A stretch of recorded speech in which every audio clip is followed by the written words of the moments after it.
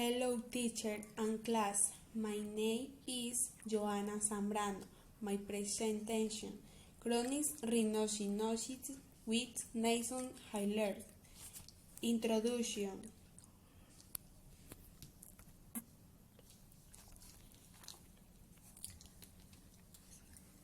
Chronic rhinosinusitis with nasal polyps in an important clinic enslaved diagnosis with head presence of a subject and oxygen, a bit of churning sinuous infection.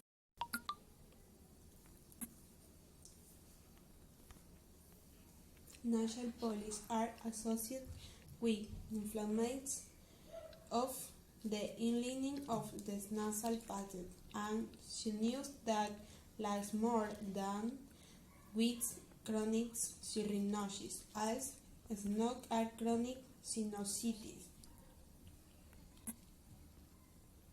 Next a video. Sinusitis is a term that describes inflammation in the sinuses, as simple as that. Now this can be acute, this can be chronic.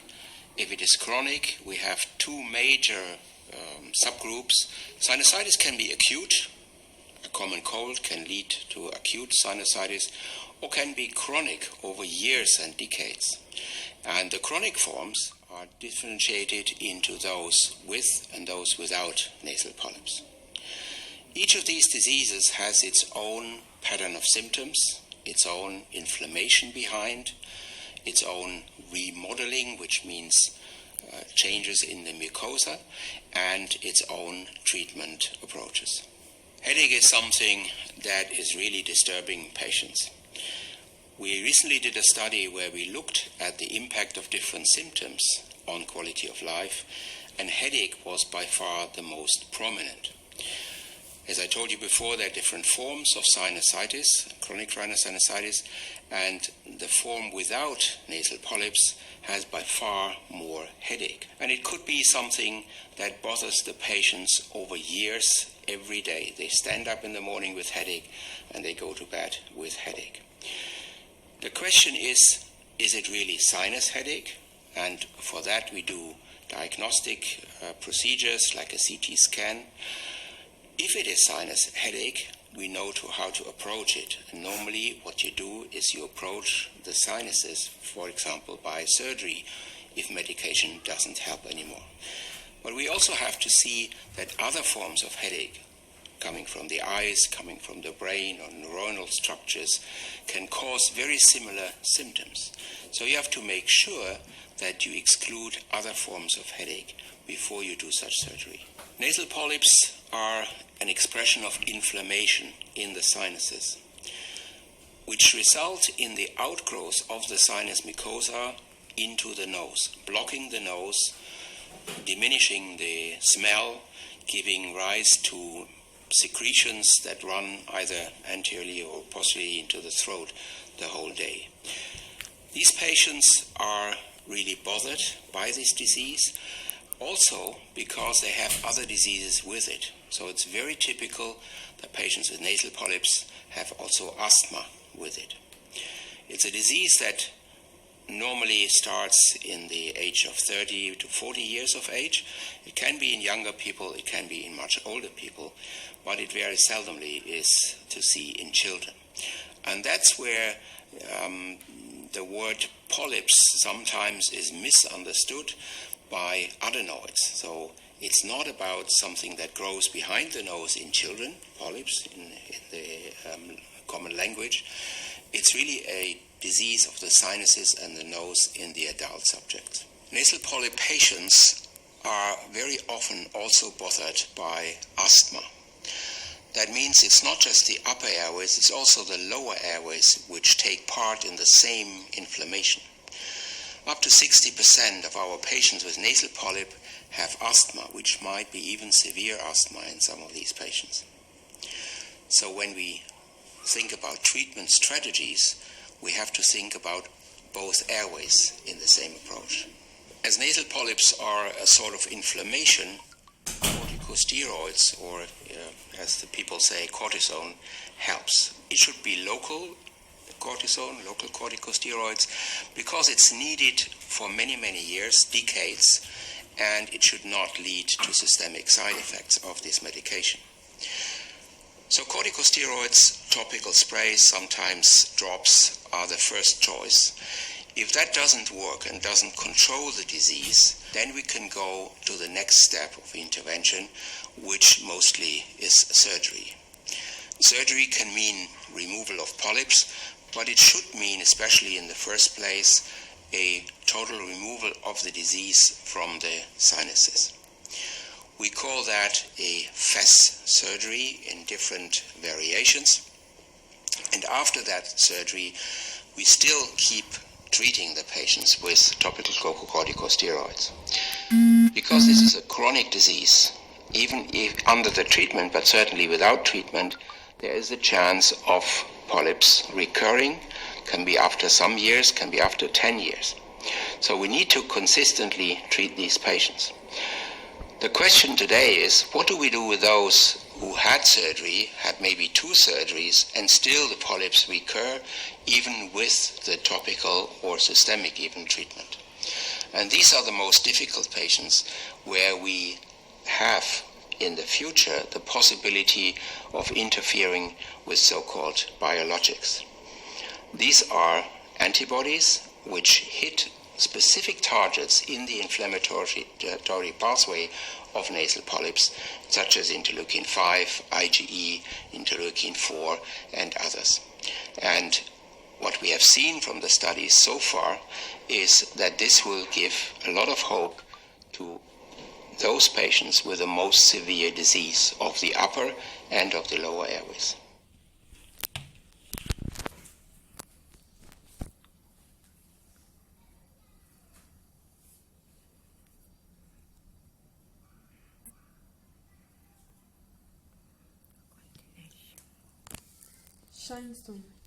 Symptoms usually affect the quality of life of patients. Nasal intrusion and reduced sense of smell are the most frequent symptoms present in unresponsible occupanting when police were present for sinus treatment. Selective fumes and nasal secretion are also common.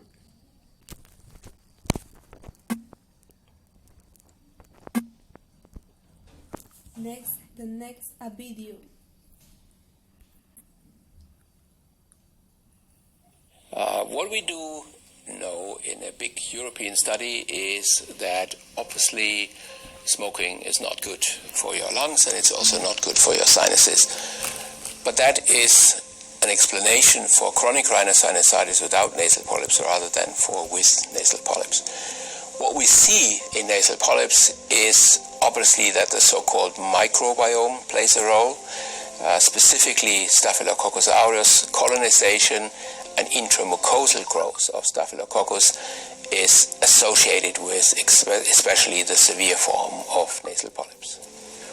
You may have, of course, some anatomical variations within your nose and paranasal sinuses, which may show a tendency to mucus retention, to deviate the airflow in the nose, and then promote mucus formation, which then leads to edema.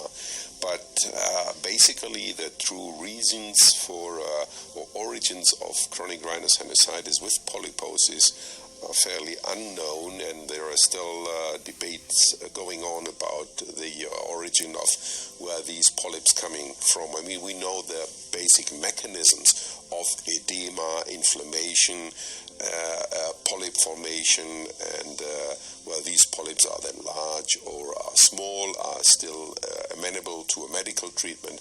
But the basic origin where all this disease, which usually does affect the upper airway tract, comes from is still unclear. But there are good clinical and basic studies going on to assess that, and we hope that by the end of this decade we have more information. It appears to be a combination of factors. There is a genetic contribution where individuals may be more likely to develop chronic sinusitis, and we do see more chronic sinusitis in families where there's chronic sinusitis. However, added to this is the idea that there are bacteria that come from the external environment that can contribute to the development of disease, and that it's these two factors together which will lead to the ongoing symptoms, and which explain why a simple antibiotic or simply performing surgery alone to remove the diseased tissue will not be effective.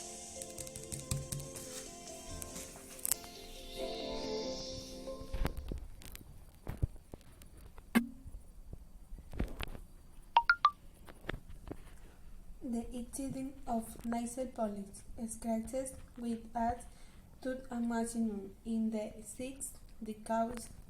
The prevalence basis of endoscopic examinations in its population is estimated of adults and its bit as it among men than among women.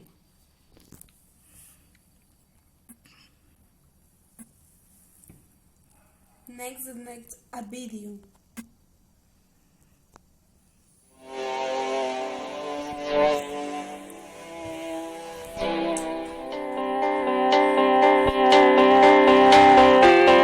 Nasal polyps are swollen tissue within the nose. They can be quite large and can block the passages of the nasal cavity and the sinus drainage passages.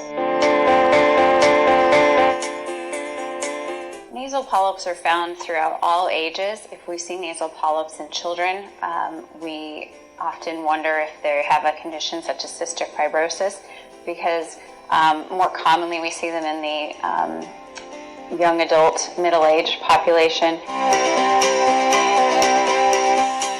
Patients with nasal polyps will present with nasal congestion or inability to breathe well through their nose.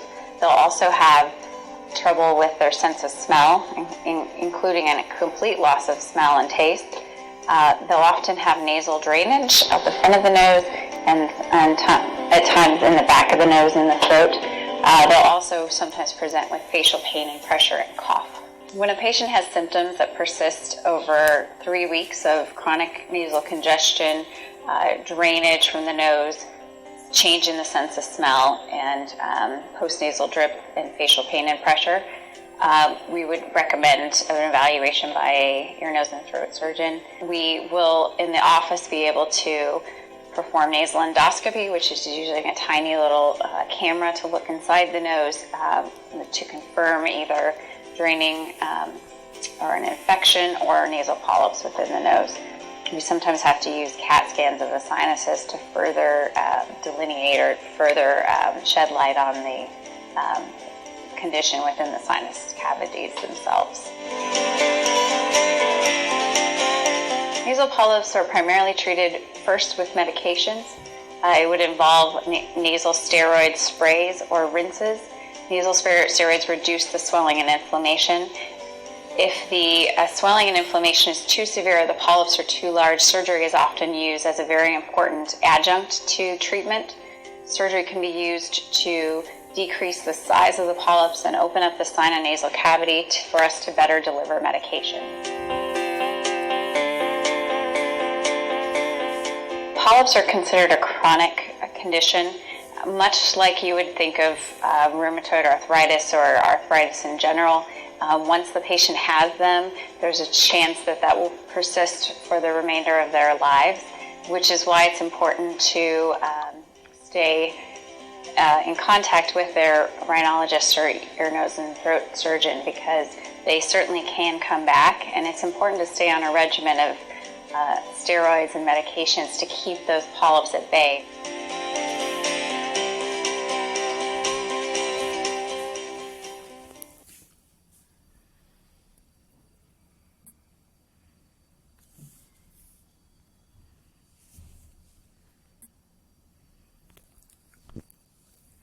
Conclusion. In summary, is an important clinical strict diagnosis based on the presence of adjective and affected event of chronic sinus-nasal inflammation, nasal polyps occur bilaterally within the nasal cavities and are breaking in.